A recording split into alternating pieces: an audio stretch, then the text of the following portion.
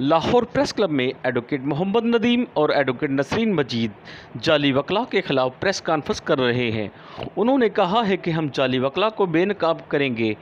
इन जाली वकला की वजह से काले कोट का तकद्दस पामाल हुआ है। इंशाअल्लाह हम अपनी सफ़ों से इन जाली वकला को निकाल कर दम लेंगे। कर लिया उसकी अभी बावजूद तलाश के हमें नहीं मिल इसका रिजल्ट, और ना ही तकरीबन 1.5 साल हो गया उनसे मुतालबा करते हुए, ना ही उन्होंने प्रोवाइड किए। उसके बाद FA में वो 3 ग्रेड में पास किया उन्होंने लाहौर बोर्ड से ही सालाना 1981 में रोल नंबर 15,858 के तहत 15858, यानी कि मैट्रिक में 2 मरतबा फेल, तीसरी मरतबा नहीं पता पेपर दिए कि नहीं, और FA में C ग्रेड। फिर उन्होंने BA के पेपर दिए पंजाब यूनिवर्सिटी से, और सप्लीमेंट्री 1983 में रोल नंबर 7563 के तहत, और उनका रिजल्ट अनाउंस नहीं हुआ, उसमें ऑब्जेक्शन लगी रजिस्ट्रेशन नंबर की, यानी कि वो BA के सालाना में भी फेल थे और सप्लीमेंट्री में उनके रिजल्ट की ऑब्जेक्शन लगी, और जो अभी तक नहीं पता कि वो पास हुए थे या फेल हुए थे, और उसके लिए यूनिवर्सिटी में दरखास्त लिखी गई थी डायरी नंबर 539 PIO 16/7/21 को, लेकिन उसमें जो पब्लिक इंफॉर्मेशन ऑफिसर है उसने नडी मारी, उसने बाकी इन्फॉर्मेशन दे दी, लेकिन BA के मतलब उसने नहीं दी। तो उन्होंने वो जो फासियाब खान है रिटर्निंग ऑफिसर है, उन्होंने ऑब्जेक्शन पे बदल किया ऑर्डर किया, लेकिन उन्होंने बराबर क्लियर कर दिया उनको जो ऑब्जेक्शन मैंने भेजी थी। इसमें देखें, जब मेरे पे कोई इतराज़ उठाता है ना कि मेरी डिग्रीज फेक है, तो जब तक मैं उसको क्लियर नहीं करूँगा तब तक तो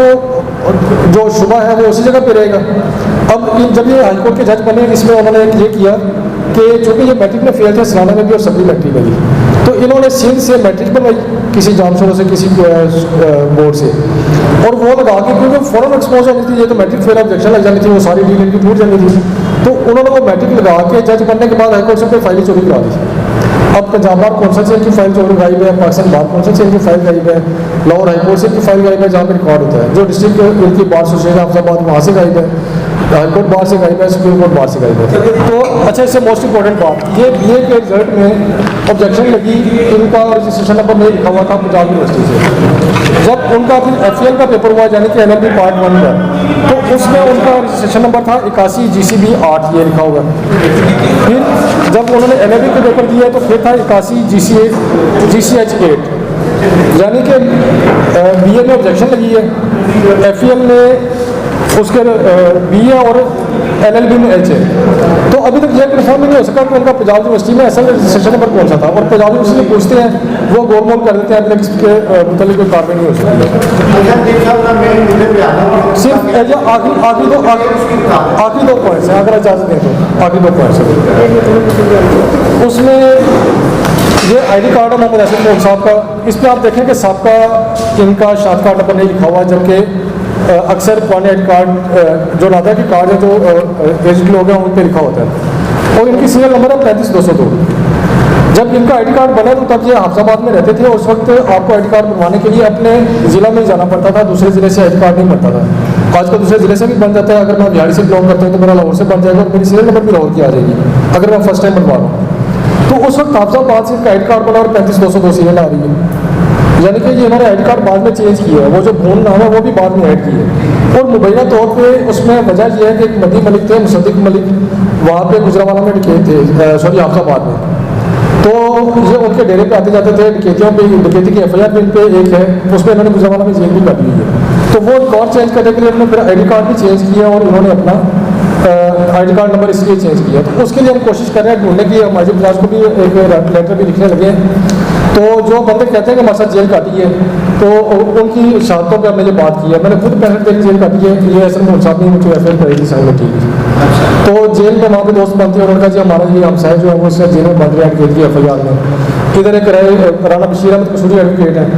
उन पे थाना कंदनपुर में सिर्फ 10 FIR हैं, 324 की, 302 की, डकैती की,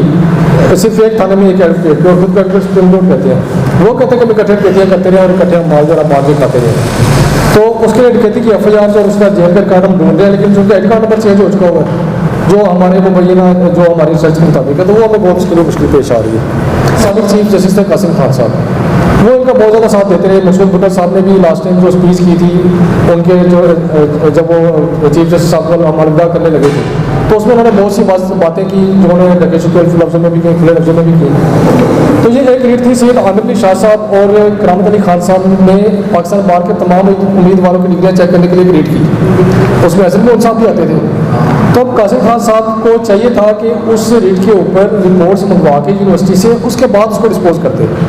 क्योंकि पंजाब बार कौंसिल में 15 जेल की निकले उम्मीदवार जो थे उन पर FIR हुई और वो कासिम खान साहब की कोर्ट में चला था।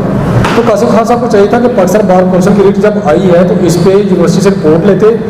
और पटिशनर से पूछते कि आप मुतमईन है और उसके बाद वो डिस्पोज करते। उन्होंने 21/12 को ही सुना और 21/12 को डिस्पोज कर दिए। 21/12 को ही उन्होंने डायरेक्शन दिया अटॉर्नी जनरल को कि सब कैंडिडेट्स अपने डॉक्यूमेंट्स अटॉर्नी जनरल को जमा कराएं, वो तस्दीक करवा लें और ये डिस्पोज ऑफ, यानी कि अटॉर्नी जनरल साहब बैठे रहेंगे, ये वहाँ से फेक यूनिवर्सिटी से फेक रिपोर्टें ला के एडवोकेट जनरल को दे देंगे और कहेंगे हो गई जी तस्दीक हो गई, यानी कि इस तरह बंद कमरों में तो तस्दीक नहीं होनी चाहिए। तो ये कासिम खान साहब इनका बहुत ज़्यादा साथ देते रहे इस मामले में। इनको चाहिए था कि ये पहले यूनिवर्सिटी से तस्दीक की रिपोर्ट्स मंगवाते सब कैंडिडेट्स की, पिटीशन से पूछते मुतमईन है कि नहीं है, अगर किसी पर एलिगेशन था तो उसका भी ओरिजिनल रिकॉर्ड मंगवाते और उसके बाद वो कहते हैं कि फाइनली जी ठीक है जी डिस्पोज ऑफ हम सब मुतमईन है। एक हाईकोर्ट बार के सदर थे तो उन्होंने इनको ऑफर दी कि आपको हम जज बना देते हैं, आप रुक जाए, ये इनको जस्टिस बना दिया पीसीओ के तहत, लेकिन उतना बरादरी में उन्होंने बाकी राइट सेंटर को लेकर उन्होंने कंपेयर अपनी जजमेंट की वो नहीं चुकी हुए तो एक लीव थी उसमें चीज़ें लगी। तो इसमें देखिए दो अब मैं इनके हवाले से बात करना चाह रहा हूँ कि मैंने एप्लीकेशन लगा दी कि ये फेक है, तो या तो ये खुद जवाब देते या कहीं से उनकी फाइल हमें मिल जाती पंजाब बार से, पाकिस्तान बार से, लाहौर हाईकोर्ट से, हम उसको देख लेते। ये भी मेरे पास सिर्फ गजट की कॉपीज है सारी,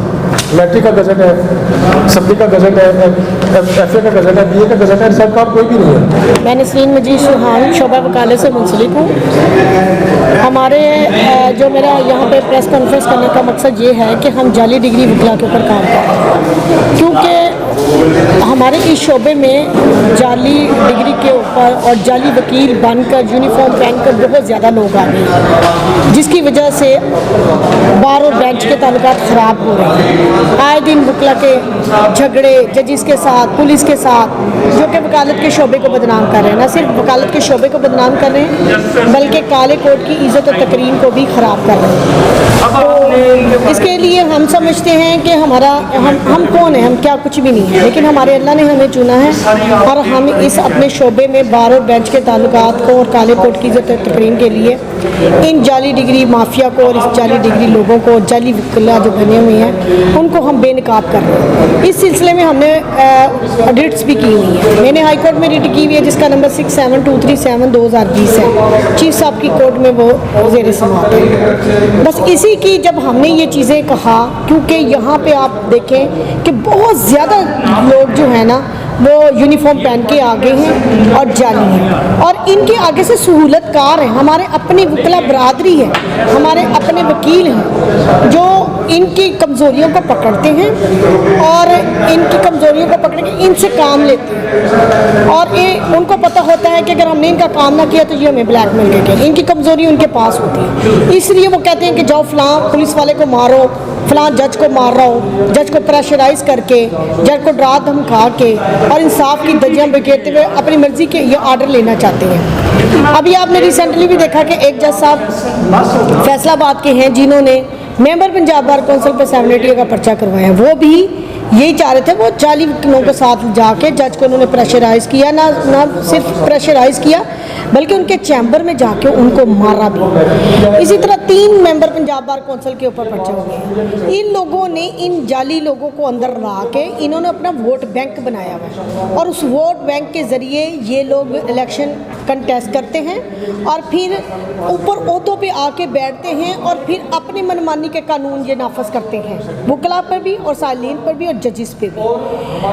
और सिर्फ हम लोग इसी पेशे की इज़्ज़त और तकरीम के लिए इनको बेनकाब कर रहे हैं, जिसकी हमसे इंतकामी कार्रवाई ली गई है, हमारे पे बहुत सारे मुकदमात बनाए दी गए हैं, लेकिन हम इनसे डरे नहीं हैं, ना हम इनसे झुके हैं और ना डरेंगे। हम जिस काम के लिए हमारे अल्लाह ने हमें चुन लिया, इंशाअल्लाह ताला अल्लाह से दुआ करते हैं उस काम में अल्लाह ताला हमें सुरखुरू फरमाए। और इस बाबत सुप्रीम कोर्ट ने भी आज खुद नोटिस लिया हुआ है, वहाँ पे भी ये अब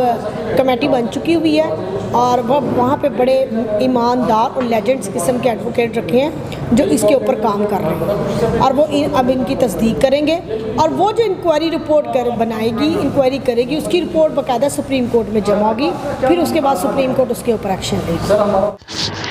कैमरामैन फरहान शेख के साथ अरशद अंसारी, सिटी 1 न्यूज़, लाहौर।